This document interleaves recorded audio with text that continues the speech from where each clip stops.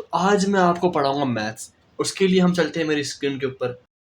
देखो, पहले से मैं आपसे एक कॉमन क्वेश्चन पूछूंगा। a प्लस बी 4 है, ठीक है। मैं आपसे यहाँ पर पूछ रहा हूँ a हमारे पास क्या है एंड b हमारे पास क्या है। आपको बस मुझे वैल्यू बतानी है v की। बताओ क्या वैल्यू होगी b की, बताओ मुझे एक बार। उसके लिए चलो मैं आपकी हेल्प कर देता हूँ। हम जाते हैं गूगल के ऑनलाइन कैलकुलेटर पे, ठीक है। मैं यहाँ पर सर्च करता हूँ गूगल का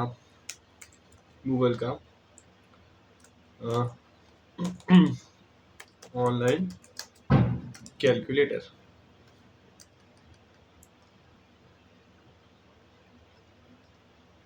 2 + 2 कितना होगा? 4 होगा, ठीक है। और एक कर लेते हैं हम। और क्या होगा इसका आंसर? होता मुझे 1 + 3 4 होगा। ये सही जवाब मिल गया हमको, ठीक है। अब हम कर सकते हैं 0 + 4, ये भी 4 होगा। आप मुझे बोलोगे इन वैल्यू को स्वैप कर दो तो बेहतर आएगा, वो तो कॉमन सेंस है। बट आप मुझे बताओ इसके बियॉन्ड आपके पास कितनी टर्म्स है? हमको कितनी टर्म्स मिल चुकी है? 1 प्लस वो मिल चुकी है 1 + 3, 2 + 2 एंड 0 + 4। हमारे पास ये 3 टर्म है, जिससे कि हमको पता लगा कि इनका आंसर 4 ही आएगा। बट मैं आपसे कुछ नया आंसर पूछ रहा हूँ कि नया क्या हो सकता है जिससे 4 आ सकता है। अब आप बोलेंगे तो बड़ी बेकार चीज़ है, तुमसे सवाल के पूछ रहे हैं। बट इसका जवाब है मेरे पास। देखो, ऑल क्लियर। 1.5 प्लस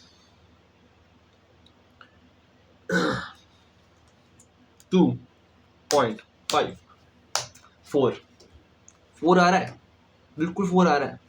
और लो 1.1 प्लस 2.9, इसका भी आंसर 4 ही आ रहा है। तो ऐसे मेरे पास इन्फिनिट वैल्यू है जिसका आंसर 4 आएगा पॉइंट 2 के अंदर।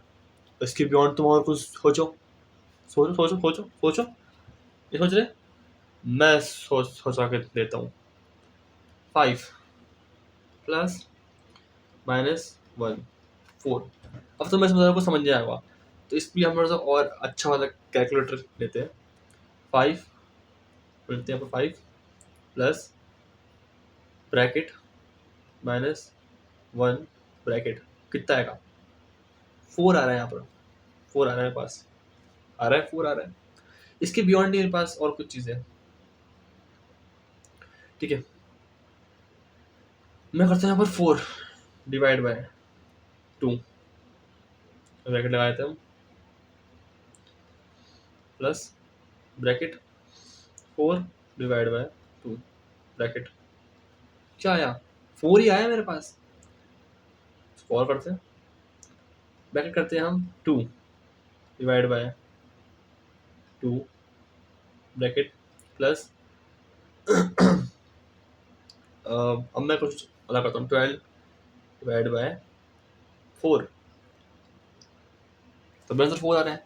मतलब इतनी अलग अलग चीज़ों के इक्वेशन के बाद हमारा आंसर 4 ही आ रहा है। क्यों? हमको तो ये सिखाया गया बचपन से कि 2 + 2 4 होता है, 3 + 1 4 होता है। एंड हमारे मेंटल दिमाग के अंदर भी 2 + 2 2 + 2 प्लस ये ही 4 बन चुका है। बट तुम अगर ध्यान से देखो, एक प्रॉब्लम के 4 आंसर लाने के मेरे पास इन्फिनिट सॉल्यूशन अवेलेबल है। एक ही प्रॉब्लम के अगर तुम्हारी लाइफ में कोई प्रॉब्लम आ रही है ना, तो तुम उसको हर बार सेम चीज तरीके से सॉल्व क्यों करते हो? तुम्हारे पास अलग अलग तरीके हो सकते हैं एक तरीके की प्रॉब्लम को सॉल्व करने का। अगर तुम अपनी लाइफ में किसी भी सेम सेम तरह की प्रॉब्लम से अटक रहे हो, है ना, अटक रहे हो, बार बार अटक रहे हो, तो तुम उसको सेम तरीके से सॉल्व क्यों करते हो? तुम्हारे पास इन्फिनिट तरीके हैं उसको सॉल्व करने के पास तरीके, तुम्हारे पास इन्फिनिट रास्ते हैं उसको सॉल्व करने के। एंड ये चीज़ तो कब होगी? जब तुम चीज़ों को ना आउट ऑफ बॉक्स देखोगे, जब तुम चीज़ों को ना जो तुम्हें पढ़ाया गया है, जो तुम्हें सिखाया गया उसके बियॉन्ड सोचोगे। कभी भी किसी कंटेंट क्रिएटर का कंटेंट देख के उसको ब्लाइंडली फॉलो मत करना। खुद के अजम्पशंस, खुद की चीज़ें बनाना कि ये चीज़ गलत भी हो सकती है क्या, इसके बियॉन्ड क्या हो सकता है क्या। बट अगर तुम बेसिक से समझोगे कि 2 + 2 4 होता है, 1 + 3 4 होता है, ये तो एक टर्म्स है। मैं कुछ भी टर्म्स लगा सकता हूँ और 4 आंसर ला सकता हूँ। मैं बड़ी-बड़ी इक्वेशन आके आंसर 4 ला सकता हूँ। किसने मुझे मना कर रखा है? किसने मना नहीं कर रखा? तो अपनी प्रॉब्लम्स को सॉल्व करने के लिए सॉल्यूशंस वो यूज़ करो जो तुम्हारे लिए ऑप्टिमल हो, जो तुम्हारी प्रॉब्लम को सॉल्व कर दे। ना कि वो सॉल्यूशन जो तुम्हें इंटरनेट पे मिलते हैं कि अगर तुम डिप्रेस हो तो तुम ये करो, वो करो। नहीं, अगर तुम्हारे डिप्रेशन में मेडिटेशन हेल्प नहीं कर रहा, मेडिटेशन मत करो, वर्क करो, कुछ और करो, पैसा कमाओ, कंटेंट बनाओ, खुद से बातें करो। But you have to think different on different चीज़ें। हम क्या करते हैं बेसिकली अपने बिलीव्स को प्रोटेक्ट करने के लिए चीज़ों को याद ही नहीं करते, चीज़ों को लर्न ही नहीं करते, एंड हम कभी भी अडेप्टिव जोन के अंदर जा ही नहीं पाते। 2 जोन होते हैं बेसिकली अडेप्टिव जोन, एक होता है फैमिलियर जोन। हम हमारे फैमिलियर जोन से हम इंडियंस बेसिकली हमारे फैमिलियर जोन से इतने ज़्यादा लगाव रखते हैं अपनी फैमिली से कि हम अपने बिलीव्स को ना कभी झूठ मानते ही नहीं है। हम अपने बिलीव्स के बियॉन्ड जाते ही नहीं है, एंड यही सबसे खराब चीज़ है। अब मैंने यहाँ 1.5 प्लस किया, आंसर आ गया। अब मैं तुम्हें बिल्कुल नहीं कहता कि तुम पॉइंट वैल्यू यूज़ करना, फ्लोट वैल्यू यूज़ मत करना। अब जिसको पता नहीं व्हाट इज़ फ्लोट वैल्यू का मतलब है पॉइंट वाली वैल्यू यूज़ करी हमने, आंसर आ गया। फ्रैक्शन वैल्यू यूज़ करी, आंसर आ गया। आंसर क्यों आया? हमने नेगेटिव वैल्यू यूज़ करी तभी हमारा आंसर आ गया। बिकॉज़ एक प्रॉब्लम के लिए अलग-अलग सॉल्यूशन हो सकते हैं, बट तुम्हारे लिए वो चीज़ बढ़िया है जो तुम कर सकते हो। जैसे कि मैं कंटेंट क्रिएट करता हूँ, ठीक है? कोई और बंदा भी कंटेंट क्रिएट करता होगा, उसके लिए प्रॉब्लम होगी कि उसकी स्पीकिंग स्किल्स अच्छी नहीं है या शायद तक उसकी एनवायरनमेंट खराब है। मेरे लिए प्रॉब्लम्स ये है कि मेरी स्पीकिंग स्किल्स खराब है और साथ-साथ मेरा जो माइक अब वो अच्छा नहीं है। हमारा जो मेन गोल कंटेंट बनाना है, प्रॉब्लम अलग-अलग है, सॉल्यूशन उनके अलग-अलग होंगे। तो सॉल्यूशन अलग-अलग हो सकते हैं। प्रॉब्लम प्रॉब्लम एक प्रॉब्लम के अलग-अलग सॉल्यूशन हो सकते हैं, एंड अलग-अलग प्रॉब्लम के भी अलग-अलग सॉल्यूशन होंगे।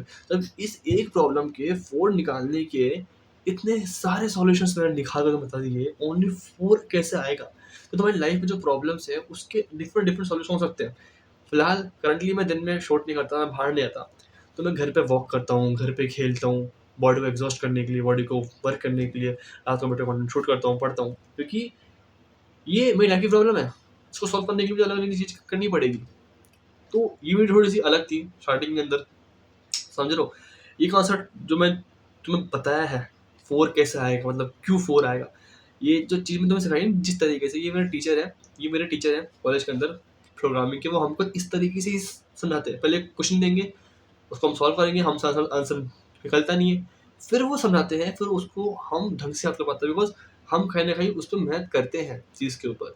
सो इस चीज़ को ढंग से याद करना, एंड वीडियो अच्छी लगी हो तो उसको लाइक करो, मैं मर्ज़ी कुछ भी करो, पर हमेशा याद रखना, खुद से पूछना, और ये चीज़ दिल में ध्यान रखना, व्हाय?